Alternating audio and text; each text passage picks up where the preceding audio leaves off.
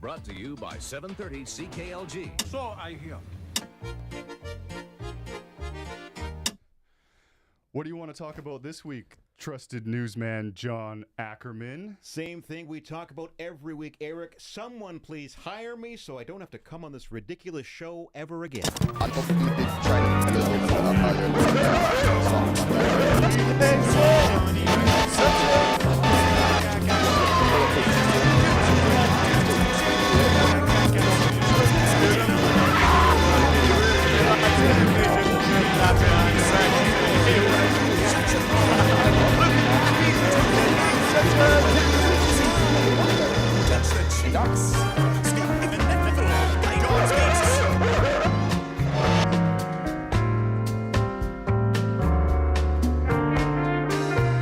All right, everybody.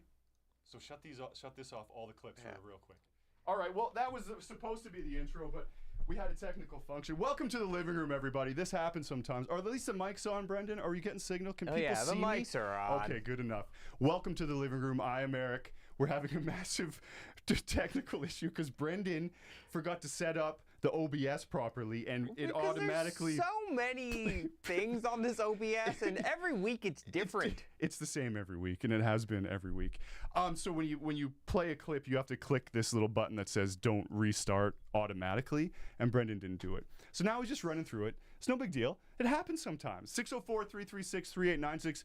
We're not impressing John Ackermann though, are we? You got to switch the camera too, Brendan. You got to do your job. I've got to take these clips off first. I'm not unfamiliar with technical difficulties. Do you have a worst technical difficulty that's ever happened to you that you recall?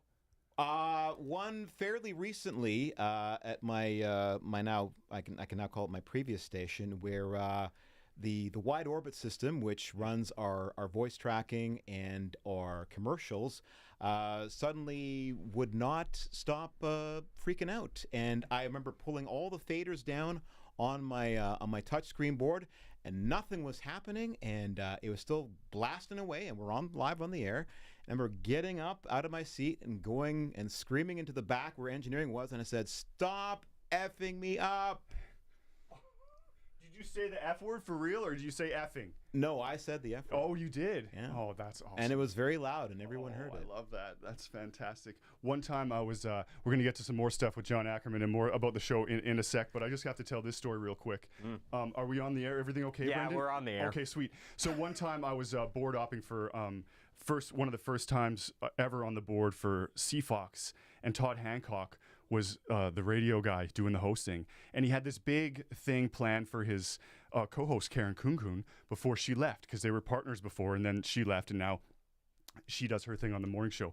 But he had this whole thing planned, and we were playing clips, and we're running it, and it was really nice and heartfelt, and he does this stuff and all this, and I get the phone rings, and it's the bat phone, and I'm like, "What's going on?" It's like, "Nothing's going air, bro. What's going on?" And I look at the board, and I didn't have it. There's a bunch of buttons you have to push to make sure it's out of the audition feed and going to the air. And this beautiful tribute, man, it went out, and it just nobody heard a thing because Didn't have I program didn't. one pressed down? Oh no! Yeah, exactly. Yeah, that's happened to me too. Yeah, I was freaking out, man. Oh, Why can't I hear anything? Oh, program one. Oh, and then you get the host too. If you're the board up and you're for the host, and the host doesn't hear it, and they're just like, most hosts get angry because their show's not on, and you get torn a new one several times. Anyways, more stories coming up. 604-336-3896. Brendan will answer the phone if he doesn't screw the whole thing up. Today we're going to just cover quickly with the manosphere. There's all these studies coming out, so I just want to touch at it because there's a lot of angry men out there, and I think I have a solution for them to not be so angry. Trusted news journalist John Ackermann is here. Call him. Say hi. You never got a chance to. You might get to this time. And this show is dedicated, really quickly too, because so much happened there, we ran out of time, to Big Mama, my cousin's cat. You're a cat man, John, aren't you? Yes. Her cat is in congenital heart failure. Oh. So she's going through a really tough time, and the cat's name is Big Mama. And yeah, so shout out to Big Mama. This show's for you, Big Mama. Brendan, how we doing over there, bud? We're good to go. Should we do the intro now? Do you want to play the intro? Yeah, do we want to play the? I mean, technically, I played it. Technically, I played all the clips. My job is done. We can leave now if you'd like. no, just play the. We'll go into the bit. Just play the zombie promo. Zombie. Yeah, promo. play that. Okay, here we go. The foam zombies are very, very dead. But they're not in their graves. And they're not walking the night. They're in the phone lines and they've got your number. Want theirs? Randomly selected callers get to talk to me live in the flesh. When you reach me, you'll wish you never called. Only $2 a call. Okay. Welcome back to the living room. I'm Eric Chapman, 604-336-3896. Left Coast Living Room at protonmail.com. During the commercial that we ran there, I'm barking orders at Brendan because I used to be a board op, and John very intuitively noticed that, and he's like, it's tough to work for a guy that used to be a board op, man. And I was like, yeah, I'm a control freak. I really am. I did that for a long time though, so I really enjoyed it. But welcome to the living room. We have topics to talk about. We're going to talk about how Vancouver's coming Van-Kia. You know what I'm saying? In a few minutes with John F. Ackermann. Is it F. Ackermann? That is my middle initial, yes. John fucking Ackermann is here. I just go by John Ackermann. It's John fucking Ackermann on this show. All right, 604-336-3896. And I've been thinking about this for a while, about the manosphere. Because these dudes are just so angry, and there's so many studies, and I don't like doing the study thing because it's a cheap radio thing, but there's so many studies out that say that all these guys are angry for a specific reason. So, I've been pondering them, and, they just seem so tense all the time, as this clip shows. I normally train a little bit earlier in the day. I like to start my day off working out, doing hard things. Who are you talking to? What, do I not talk to this? Don't talk to him. Talk to you. We're not on social media now. The mother of my children, she doesn't talk to other men. Do you consider yourself a misogynist? I love women and actually understand them. You think you know better than they do? They want a guy that can lead them and dominate them. No, please don't dominate anything, especially not me. But I found the YouTube page of the Manosphere. See, John was also asking about how professional it is to read something on the show, and I just take it right here, John. Okay. He's a pro. We're not pro here at all. The Manosphere. What's that? I said clearly. Clearly, we're not. We're fine now. Everything's rolling well. I'm calm. Brendan's calm. I played all my clips. I'm having a great time. Are you having a great time? 604-336-3896. Red Pill Reality on modern dating. Oh, no. Delusional women and the wall. Lots of coded stuff in here, like the red pill and the wall. Again, this is the Manosphere description from their YouTube page. Reaction and commentary that exposes female entitlement, dating disasters, and the lies men are told about relationships. It's just, they're very angry about it all. And they're apologizing for everything. They get mad if you apologize as a man. Like, do you apologize, John? I do. To your wife? Yeah. Often? Yes. because I am hard to live with. Yeah.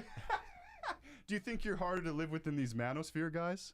Well, if that clip is any representation of the quote unquote Manosphere, then I'm a peach. Yeah.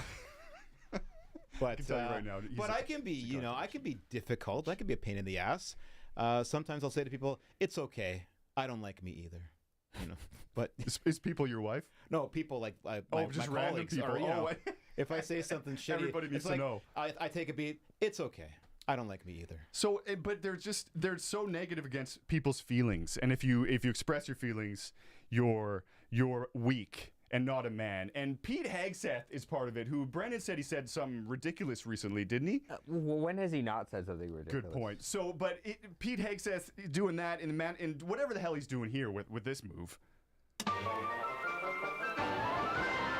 Pete Hegseth is such a douche. He's just a douche. He's got douchey moves. Look at him go. Nobody really likes him. They just laugh behind his back and say, "Hey, what a fool." Look at Pete Hegseth. He's such a douche.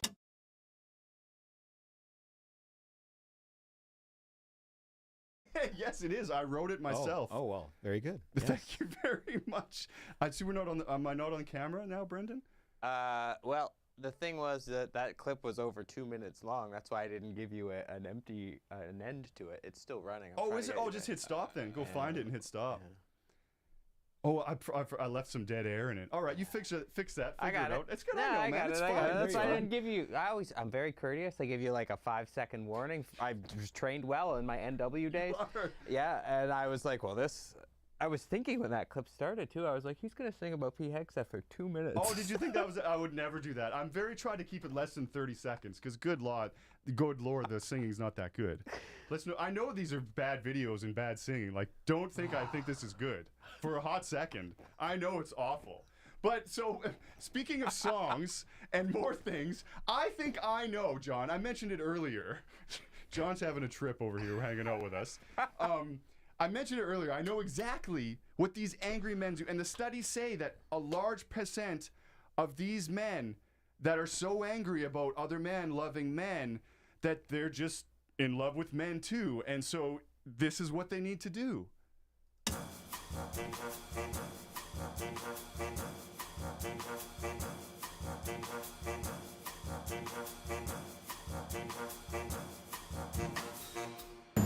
Kiss a boy, touch a man, tongue their mouth, hold one's hand, pinch their cheeks, squeeze a nipple. If you like men that's extra manly, give a tickle. To guys in tight jean shorts playing bait sports, hey dudes! Kiss a guy, why so mad? You'll be happy. Issues, man. Suck his toes, don't be nervous. You'll be free to be yourself, it will be worth it to finally do what you've dreamed of and kiss adieu. Kiss adieu, kiss, kiss adieu, kiss adieu, kiss, kiss adieu. Go ahead and kiss him. It's normal to like the same sex. Go ahead and kiss him. Let your boner stand without judgment. Go ahead and kiss him. There's no such thing as gay, let's just make out. Kiss a man today and you'll be happy.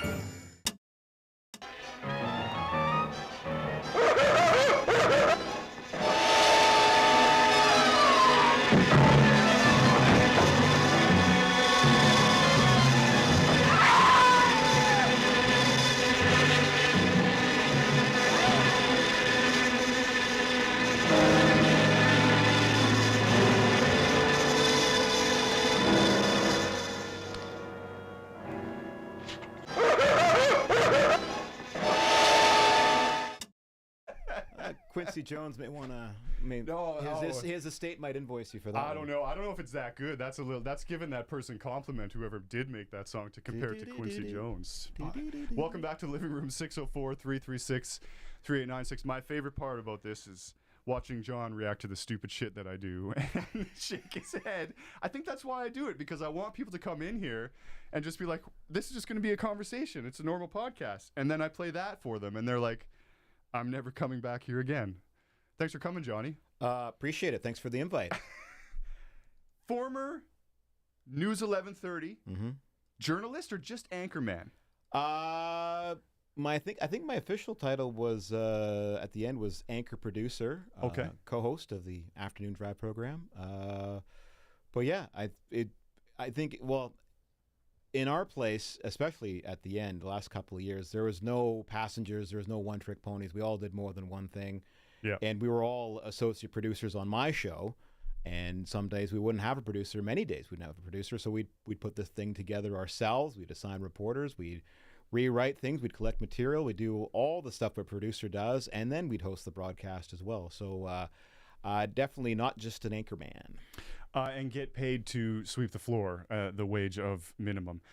Did you grow up in Van City? I did. I'm from Richmond. I live in North Van, and I spent most of my career, save for a year and a half, in this market. Where did you go for the year and a half? I went to Victoria for a year and a half of working at Czech television. Ooh, you're a Czechie. Which is still on the air. Yeah, it is. That's really. It's all. They own it. They're employee owned. Yeah. I like what they're doing at Czech. They got some good stuff. I like their news. They're very active in the podcast space as well. Are they really? Yes. Oh yes. Oh, I didn't know that. Oh yeah. Who's the evening anchor? Well, Paul Haysom. Paul, that's who I want to say. I love Paul. Paul Haysom, Fantastic. Stacey Ross, Scott Fee on the weekends. Rob Shaw hosts a BC politics podcast through Czech. They've also got Mo Amir. Yeah. This is Van Culler. He's got his show. They've got Donnie and Dolly. That's on from 10 to noon I on heard Czech. that Donnie's thinking about retirement. Oh, yeah. I hadn't heard that. Yeah, But, yeah. Not to give Czech too much of a plug here. Hi, Rob Germain. But hey, what do you think? But they do fantastic stuff. And I love Donnie and Dolly. That should be on the radio, but it's on TV, whatever. Yeah. But it's one of the best things going, and more power to them. I pitched a show to them. Oh yeah, Yeah, I did. Oh, Bob Kronbauer has a show on them too. Oh yeah, BC Bob. BC he Bob. does. Yeah, once a month. Yeah. Yeah. So did you Now listen, you know. Did you listen to the radio with your dad on the way to work? Do you have one of those stories? You're like, oh, I love you, Dad. I love the radio. Is it one of those or not really? Not quite like that. Yeah. But when I was when my dad used to drive me to guitar lessons when I was 12 or 13, he had an W on, and in those days the afternoon drive / evening show was The World Tonight with Philip Till and John McComb. Yeah. Before Till went to mornings. And then when I was in high school, I would be very lazy about doing my homework, so I'd figured out that they opened the cafeteria at 6:30 in the morning, and you could study in the cafeteria until classes started. And my dad would leave the house at 6, so I would listen to the radio as he drove by my high school and dropped me off at the nearest intersection. And he had Frosty Forced on, and he loved Frosty. My dad was a big Frosty fan. Oh, really? Yeah. So this is like mid 90s. Yeah, yeah. 94, 95, 96. My My high school years. I never heard Frosty on the radio, but I did hear him on an interview about 5 or 6 years ago. And man, that man, he has some really cool things to say about a performer and what it is to be a radio guy and what it is to perform.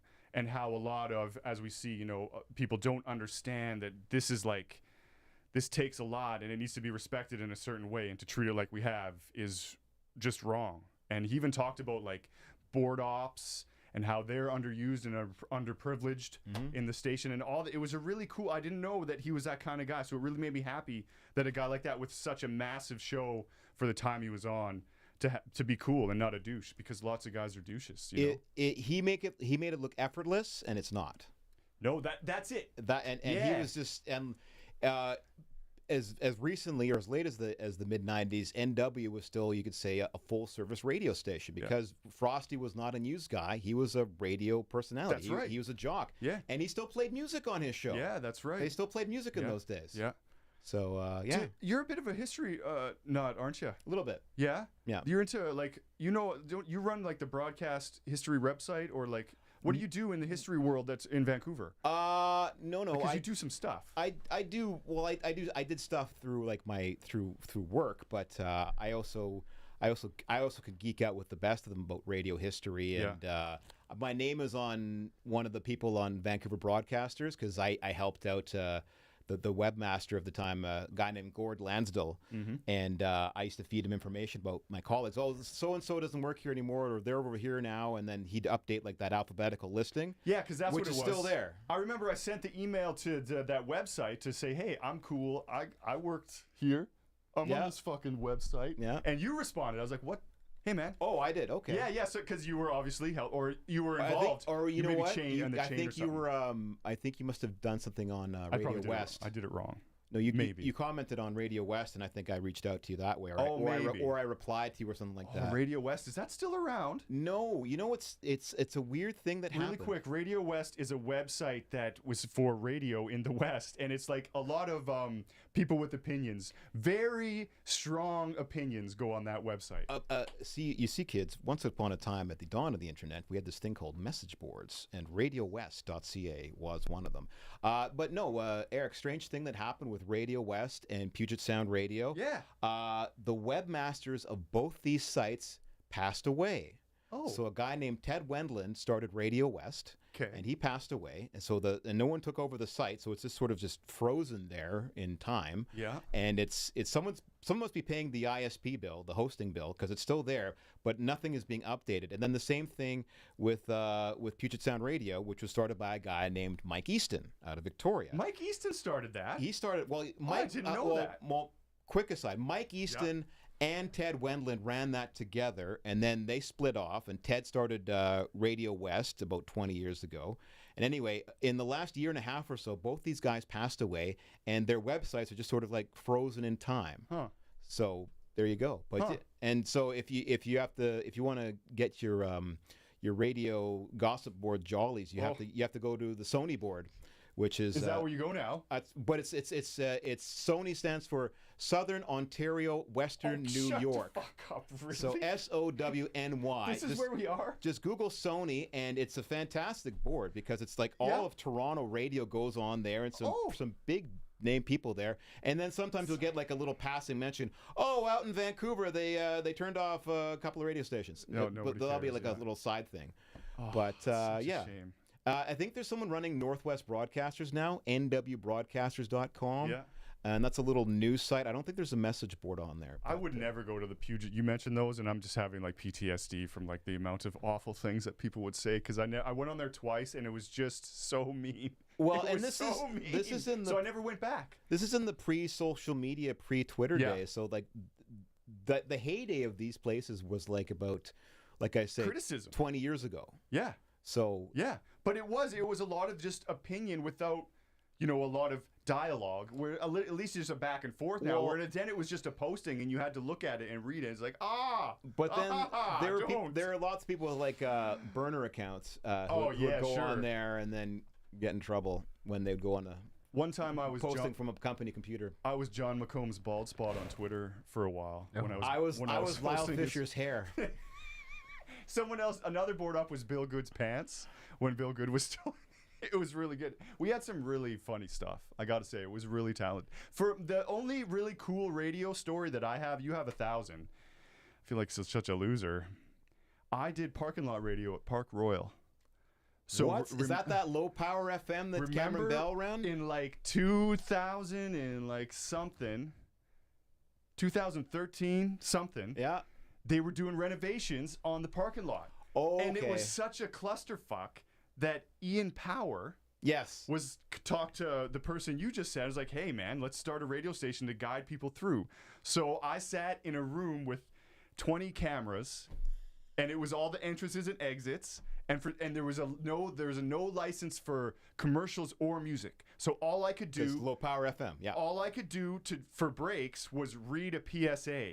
Or run like 2 of the pre-recorded PSA. So the break for me was reading a PSA, which wasn't a break because I was still reading it. But I would watch the screen. I'd be like, oh, if you're in the black Mercedes, if you came in by Jugo Juice, you can circle around to Spork Check, pop off there, grab some tacos at Taco Time, and get some shoes at whatever. And I would like guide people through.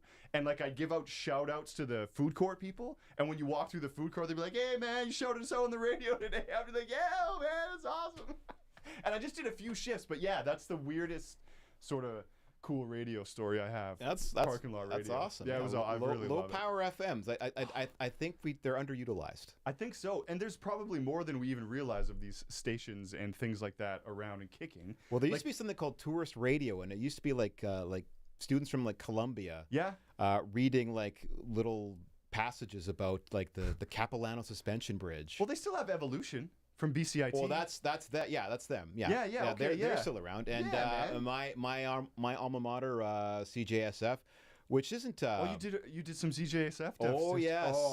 And I was cleaning up my parents' house. I found a bunch of my old show tapes under the stairs, and man, unlistenable. Oh, I love that. Unlistenable. I love it. I have some school stuff here too, man. That's I'm really nasally. I'm way up here. No prep at all. You're projecting probably a lot because you're a new style, so you're probably like, hey, I project now. I didn't back then. Good afternoon, everybody. I'm like, hey, my name's John Ackermann. Hey, that was Queens of the Stone Age. That's a brand new song from their album Rated R. Some weird pun about. Oh yeah. No, that sounds awful. Yeah. No. So you're into nostalgia and stuff. So I also have another story. I enjoy things I remember, Eric. What don't you remember, John? I don't know. Doesn't matter. I enjoy the things that I do. But what if the thing you don't remember does matter? Well, I wouldn't know. Not. So in 2016, almost to the day, I was having an argument with my fiance. Uh-oh. She was awful to me. Mm-hmm. And at the end of the conversation, she kicked me out. Oh. I was like, oh, shit.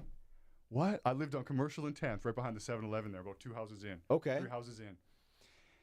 And I was like, oh, shit. What do I do? I was I was working in radio, just started. Like I was doing overnights on CFox and doing street team. So I was making like $10 an hour, barely surviving. I had no money. I didn't have a credit card, no savings. She kicks me out. Mm. I'm calling all my friends. No one picks up the phone. I'm like, what?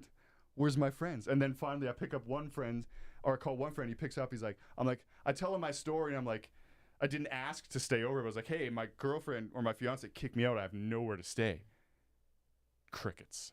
I'm like, oh, fuck. Okay, so nothing, hang up, nothing. So I'm walking down Commercial with nowhere to go, nothing to do. So I call my mom. I'm like, hey, Mom, I need some cash because I know the only place I can go right now to stay right now in the middle of the night without a credit card is the 2400. So I walked up down Kingsway to the 2400 and I slapped my cash down.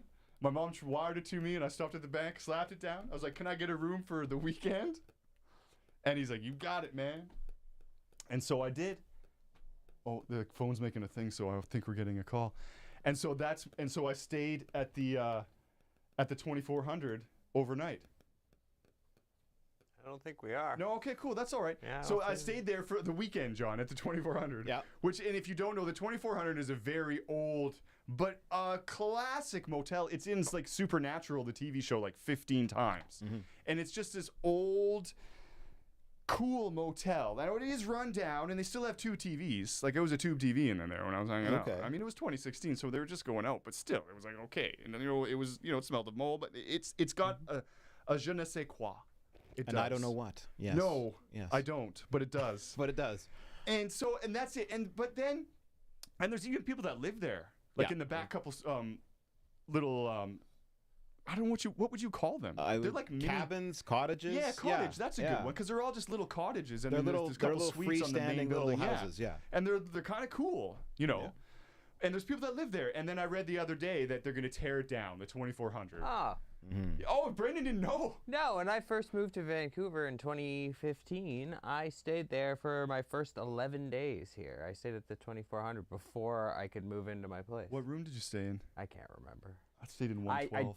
I do remember that I left my earbuds on the bed, and then they got vacuumed up, and I came home to a note that said, sorry, I vacuumed up your earbuds. You stayed there for 11 days? Though. 11 days. So, yeah, room service vacuumed up my earbuds. Oh, my goodness. Luckily, they were cheap 7-Eleven earbuds. I didn't really care. You stayed there way longer than I did. Yeah. How was that? Where did you... Wow. Yeah. Yeah.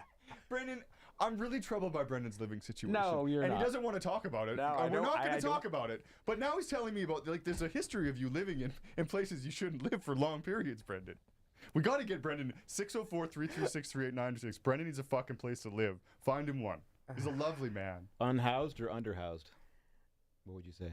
I'm housed. You're housed. Okay. I'm Underhoused, housed. though, yeah. I'm housed. No, he just lives on the West End in an old ass building. Very old building. It's just old. Okay. He just deserves better. But it just got me thinking about tearing things down. And usually I'm like, I don't care. Like, remember back in like 2018 or 2019, that church over the ocean burnt down, like the Vatican or some really important place burnt down, and everybody was freaking out. Like people were crying in the streets. Like in France? Yeah, maybe. Yeah. Okay. You know what I'm talking about if I knew what I was talking about and I could explain it better. Yeah. But and I'm like, it wasn't the Vatican, no. No, it wasn't the Vatican. The entire city-state did not burn down. I know it wasn't the Vatican, but it was like a big ass like, church. Holy shit, the Vatican burnt down. The whole city, all the gold, big everybody's meteor came down and took out the Vatican. It's all not there anymore. No. But people were freaking out, and I was like, it's just a fucking place. Who cares? But now the 2400 is, and now I'm like, okay, hold on. Like, is there something to NIMBYism?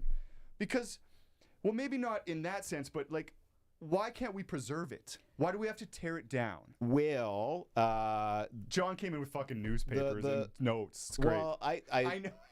I sort of came prepared, but so reporting in business in Vancouver says that the 2400 is going to be replaced with 4 rental towers in that spot, but that a piece of the signage of that iconic 2400. That neon sign that you see there on Kingsway, they're going to keep some element of that. Okay. So the proposal is, I don't know if this is actually past council, because this article I have is from before the council meeting. But Pete Meisner loves signs, so he might vote in on this. But 4 rental towers will replace this. Will replace the 2400, and also in this reporting from Mike Howell over at Business in Vancouver. Such a pro. The city's owned this land since 1999. Yeah. So this is city-owned land. Yeah. It's nothing new, and they were the first hint of this, or first suggestion of that this might happen, was in February of last year. Okay. So this isn't like breaking news that these things that the 2400 will be redeveloped, but like what we're, I guess, getting a better idea now is the concept of these things, these 4 large rental towers. So.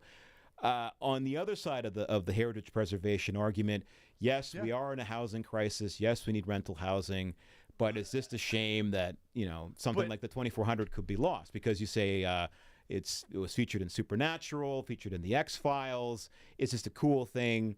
It's a remnant of old Vancouver. But how do we keep that stuff without? I mean, the sign is cool. Well, that's but like, and how that's the rub, right? But how do we, and fuck that bullshit. More rental housing. Who can afford that rental housing you're going to build? Nobody. That doesn't make nobody. People still love on the street. Karen Ward still texts every day. Hey guys, I need some help. Can't find a home. Like, it's not. That's bullshit. But that is what they say. But so like, what like? I know I live on the west side. Yes. Point Grey. Yeah. And I hate it for only one reason. I like this neighborhood other than it's so like. There needs to be a SkyTrain out here. We need a subway. It's hard to get out here. It's difficult. I'm sorry. Thank you for coming, John. You're such a pro. I was dropped off, but and there's lots of Evos around here, I'm told. There is all the time. So, but still, it's like there's. But you got to think like the Beeline out here, and like we could do a whole thing about the Broadway construction. I want to strangle. I don't even care that it's coming anymore. Fuck your subway. I'm done with this construction. 6 months is blocked off at Canby. Are you serious? But the other thing with Broadway too is that doesn't it just end at Alma? Yeah. At Alma. Like, if you're gonna go through all of this, then build it out to UBC. Do it. Like, you know what they're doing? The city's just waiting for UBC to be like, okay, we'll pay for it. They're holding out because they're assholes. But yeah, they're putting all this pause. Like, I take the Beeline to work. 2 days a week. I work 2 hard days a week. And motherfucker, it takes me 45 minutes to go 20 to get from here to Canby. But, so what I was getting at is, I don't like that. But we do need the change. So, like, how do we how do we take it out of the developer's hands so that we can do this change better? Or is that possible? Or, like, do we just got to sit down and Vancouver's changing and that's it? And that's fine, too. I don't care. I think the unfortunate answer is that Vancouver is changing. That we can't seem to hang on to all the things we want to hang on to.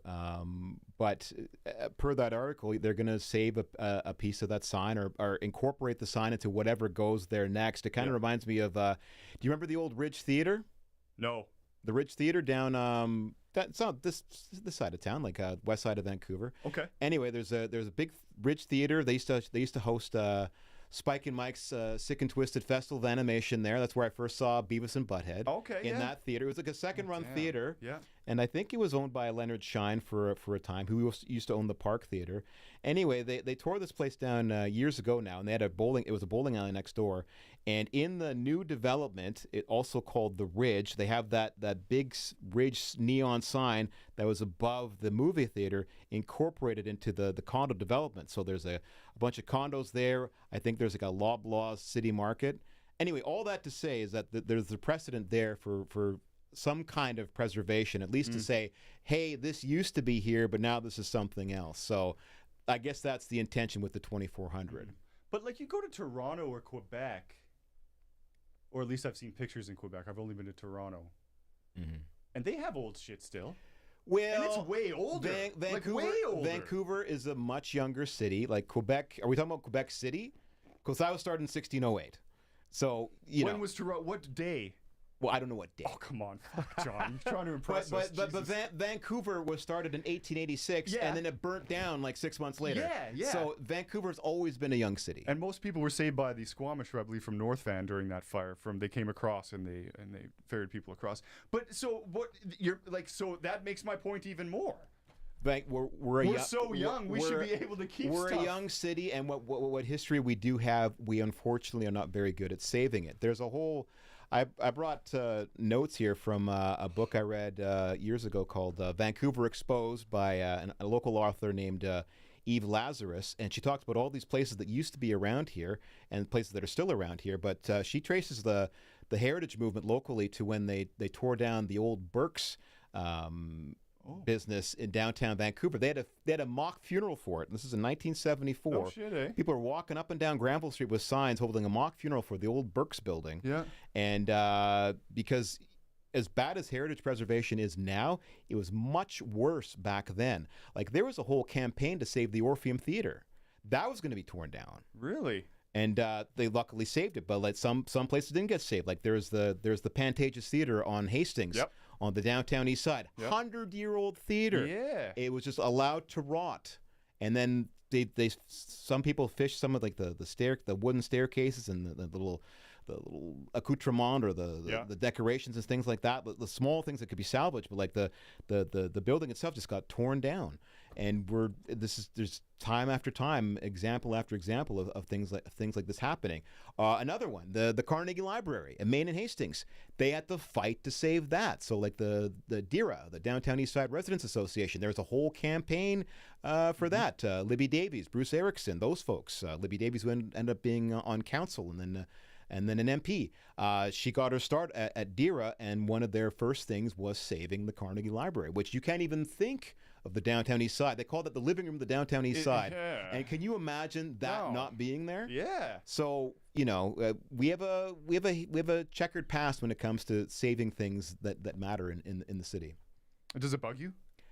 It bugs me a little bit. When I go to other places, like you say, when you go to like a Quebec City, which is more of a European city than a North American city, it's because of all the, like it reminds me of walking around like Hungary or Austria, like some of the old town of there. Went there last year, Quebec City, and but Vancouver is a young city, unfortunately, in more ways than one. And like I say, we're not very good at saving the history that we do have, but I'd like to think we're getting better. What are some examples of that? That we're getting better? Yeah. Putting the 2400 sign in. Like if the Eiffel Tower was built here, it would have been torn down already and replaced by a condo. And we're like, who cares, man? Senior Eiffel, who cares about him? He's no big deal. He's just one of the greatest architects ever. I mean, people are like say those Vancouver specials. Like in the 80s, people would like look down at the Vancouver special. A Vancouver special, if you don't know, is like it's a revenge story. It's a particular kind of house that's very particular to Vancouver because it's made to fill up that 60 by 100 or whatever lot size.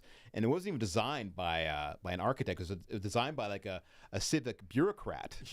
Because they took his license away. Right. And he wanted to design something that they had to use that was so cheap. It was his revenge. Yeah. And he's like, I'm going to sell 1 million of these for the plans for like $50. Yeah. So you can just get it and build it and it's cheap and go up. And fuck you guys for pulling that shit on me. And that's what he did. And now they're everywhere. Vancouver Special is basically like 2 boxes stacked on top of each other. That gabled roof, that balcony, that front door in the same place. There's 4 houses down from me right down here. But my point being, like when you talk about are we getting better at heritage preservation, now there's like it's almost like an ironic chic to like fixing these places up and making them great again, or even pushing the design forward. Yeah. And there's lots of examples of people like taking Vancouver specials and making them look just amazing. That's true. Yeah. So and that's a very unique to us situation.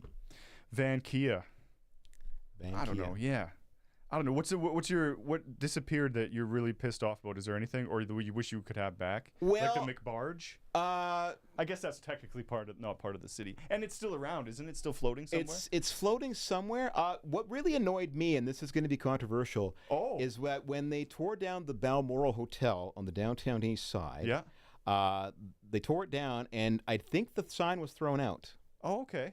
Like there wasn't enough of an effort made to save that sign. Now, if you've seen the sign, it's got like the Balmoral hotel had like this. It's like a weird arrow, and then it loops around, and then there was a clock in it, and it was a neon sign, and I don't think they saved that. Okay. And I think there may have been a push to not save it because of the unsavory past of this place. It was allowed to.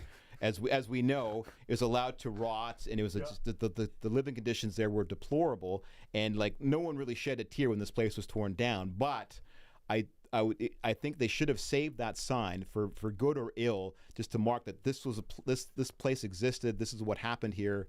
We should learn from it. There's so many like gangster stories about signs in this town. There's like, what is the sign on Broadway? There was like a murder, or was it the Kaplan sign or the old Toys R Us sign? Like one of those signs, someone's like, I don't know, there's a murder connected to it too, but there's like a couple signs. That's all, you know what I'm talking about? Are you talking about the Bomac sign? Yeah, the Bomac sign. Okay, yeah. There is that's a long story, and I can't really tell it that well, but we talked about Eve Lazarus earlier in Vancouver Exposed. Well, she wrote another book called Murder by Milkshake, and it was about a guy who used to do promo for NW in the 60s. Yes. And one of his gimmicks, one of his stunts was to, like, I guess, go up to the top of the Bomac sign and broadcast there for hours and hours and hours. Anyways, I think his name was Rini Castellani or something like that. And not to take the wind completely out of the sails of her book, but he basically slowly murdered his wife by putting arsenic in her milkshakes. Yeah, it was poison. That's it. Yeah. And the name of the book is Murder by Milkshake. Yes. I highly recommend it. You're a book dork. Yeah, you got a book thing. Plug your book thing. It's called the Bookshelf Podcast. Yeah. I started it at the old shop, and once we closed down, a couple people reached out and said, publicists that I'd worked with and publishers, saying, hey, if you want to keep this going, we'll still send you books. We'll still work with you. And one publicist even pledged money if I want to go to a paid model on my Substack. So, jeez, man, you're out of a job for like a week, and you got a job getting paid. I've been looking for a job for 3 years. I can't find one. Okay, well, professional. One publisher pledging $90 is not going to pay my rent, man. But it feels nice. That feels awesome. And I got some very nice notes from folks, not just when the station shut down, but like about what I did in particular with books and authors and local interest publishing. So I'm a published writer. Did you know that? I did not know that. Yeah, I collect. The last check I got for my works was $7 about 5 or 6 years ago. Yeah. Okay. Yeah. Very good. You want to know what I published? What did you publish? You'll learn what I published at the end of the show. How about that? I'll save it for that. Now, this isn't counting like checks from the Canadian Press, right? No, I found one of those. Oh, I never got those. I found one of those. That's cool. And I was going through an old CD wall, and then there's a receipt for because I didn't keep the check because I cashed that thing. Yeah, $5 or whatever it was. Right. It's so great, but it's so pathetic. And I have the receipt for the check from the Canadian Press. Yeah. And because when you'd file actualities to them, they would pay you. That's right. Explain what an actuality is to the audience. An actuality is a clip. So it's a clip of a newsmaker. So if someone talking and then you wrote some words around it, and then someone could put that on the radio, or the wire service could pass that out to radio stations, they would pay you for that if they couldn't get to it themselves. What? Now explain what a wire service is. No, I'm kidding. I was about to. Okay, please do that. Go ahead. A wire service is you subscribe to it as a news organization, and it basically gives you the right to run their writing and their audio on your radio station. So that way it kind of saves money. So we don't have about like 50 mic flashes at some news conference. You just have 1 or 2 mic flashes, and then everyone else who couldn't be there would run the wire service. You ever see pictures of like newsmakers from the 70s, and you see all these amazing mic flashes? You'll see an NW flash, you'll see a WX flash, but then you'll also see like an LG 73 flash or a CFUN flash, and you're like, oh yeah, these guys had newsrooms in the 70s. Oh my God, Music radio stations had newsrooms. Oh my goodness, can you imagine being on an FM station, and that's an old Gold Rush, that's a gold claim tag from the Yukon. So if you run up there and got your tag, that's what that is. Yeah, no, it was such. What do you miss about radio so far the most? It's gonna sound cheesy and hokey, but I miss going in every day and seeing folks, and the camaraderie of the newsroom, and just being in that group of people, and we're all kind of in that boat rowing together, and you know, pushing and pulling and getting that thing on the air, or getting that shared effort is that noise coming out of the box that we all collectively did. I miss that. I call it being in the trenches. Yeah. And that's it, man. Like, do you know Grace Sullivan? I know the name. Yeah, she's a former producer at NW, and I was in the trenches with her when Drex first came. Yeah. So Drex was just a crazy nutball. He's a radio guy, and we were in it thick together, and we were doing breaking news, and man, like, we've only worked together. We haven't hung outside out of work, but because we're in that scenario that you're describing that I love so much, it just feels so good.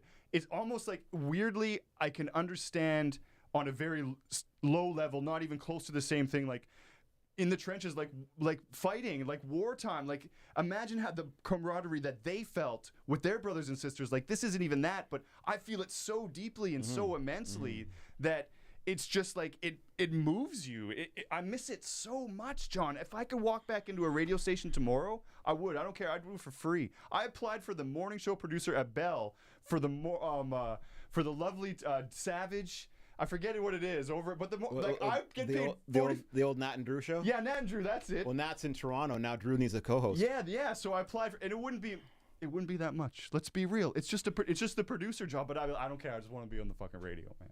I miss it. I miss it. That would be fun doing. I've never done that. Producing a music radio. It's so much fun. Show. Yeah. Because I come from like straight news, straight talk. Yeah. I'm so glad that I got to experience FM, AM, sports, and news, because it's something different. Yeah. I like talk better. I'll be real. But FM is fun too. I feel like there's a bit, the talk is less, but I feel like there's a little even more of a connection, because most of the time in FM it's pleasant, whereas in the news there's negative things. Yes. So when the interaction is mostly positive, so you get a lot of goodness in people. And you see it, and they want to share it with you. And it's just fucking awesome, man. And what are we going to do when the power goes out and you can't crank a radio and there's nothing to listen to? Well, I guess you'll go on the Google. Oh, chat GPT. Fire up your app. How do I start a fire, Google? Goodness sakes. All right. So, John, thank you for coming. Uh-huh. I appreciate it. Very much so. You look like did I scare you? Did I throw you off there? Is that it? Did you want to be more? Oh, no, I don't know. That was quick. Yeah, no, we've almost done an hour. Oh, yeah, okay. Yeah, it's just so much fun talking to me. Oh yeah, no. Yeah. Once you get going, the old juices start flowing, the wheels start turning, and then you lose track of time. Well, I'm glad. Did you have a good time? I think I did. Okay, I made him laugh once and pretty hard. So that's the judgment. If just so everybody knows, you did. If when? all I want to do is make people laugh. It's what I dream about. And so if I have a guest or I make Brendan laugh. I'm waiting on that. I got a boner. It's fine. Hello. Don't worry about it, John. It's okay. fine. We just played a song about kissing guys. So earlier I had mentioned, see how I'm really good at connecting these things, John? I should host a radio show. Segue, kids. That's called a segue. I mentioned earlier that I'm a published writer. And that is because one time I was signed to a major record label. Oh, hello. And we charted #2 in North America on college radio.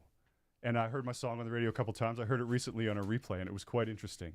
And so as a gift to people that come on the show, and because I have 2 boxes of them that I didn't sell, and I got to get rid of them, and I can't recycle them, guests on the show get a 12-inch of me. This is my 12-inch released in 2013 on Nefariou Records, which was a different label. But this gentleman actually who put this record out, he lives in Victoria now, and he's an artist. But yeah, so this is a gift to you. Thank you for coming on the show. And do you have a record player? I have a turntable. Oh, yes. for fuck's sakes. What's the difference? What's the difference? A record player is made by Fisher Price. A turntable is for adults. I have a Technics 1200. Nice. It's a 1700 Mark II. Oh shit, that's a nice. Yeah, the 1200 is the DJ one that everyone wants. But direct drive though, it's that direct drive that's awesome, man. It's really, that's really nice. That's really mine. My record player has a tray that automatically comes out, and you put the record on. I can show you before you leave. It's quite lovely. Your turntable. Yeah. Sorry, my turntable. My turn player. stab. And check out this. You like records? What kind of music do you like, John? I like old rock music. I like blues. I like some electronic. All sorts of stuff. Do you write about that on your Substack? I do. Once a year, I write about. I take all my. I do a year end. Okay. I do a year end best of. Not to be confused with the rear end. No, not there's anything wrong with that. No, a year end. It's a year end. Yeah. I do a year in review of my books, and then I do another year in review of everything of all the new stuff I bought that year. And then I basically take my Spotify or my Apple Music ranking, and then I rank them like that, and then I write about it. Where do we find this? What's the www? JohnAckermann.substack.com. Say it one more time, slower. JohnAckermann.substack.com. Ever seen an Edison roll? I have not. I've heard of them. These are the first. That's a literal wax cylinder. That's the original record right there. Look at that. Yeah, it's called an Edison tube. Look at that. A friend of mine, or a guy I know, an acquaintance, has a player too. And a guy I know, we got to go, but he cuts records. A guy I know, he lives in Kelowna. He doesn't press them. He's got a cutter. So he plays the tape into the machine, and it cuts the record live right there. Wow. It's like $20 a record or something. Acetate. Like that. He makes acetates. I think that's what that's called. Is it? Okay. Yeah. It's just a pre-pressed record. Yeah. Oh, sure. very cool. Yeah, it's really cool. Anyways, that was it. John, thanks for coming, man. Thank you. This was fun. Brendan? I did my best. Are you going to fuck this up? I think I just have to hit end on this. Well, you got to play a bet. Are you playing a bet? Oh, I can do that. Oh, Watch he didn't this. even play the bet. Brendan's awesome. I'm just busting his balls. We love There we him. go. All right. Thanks for coming. 336-3896, 604-336-3896. Call, leave a message. Left Coast Living Room at protonmail.com. You can flip now.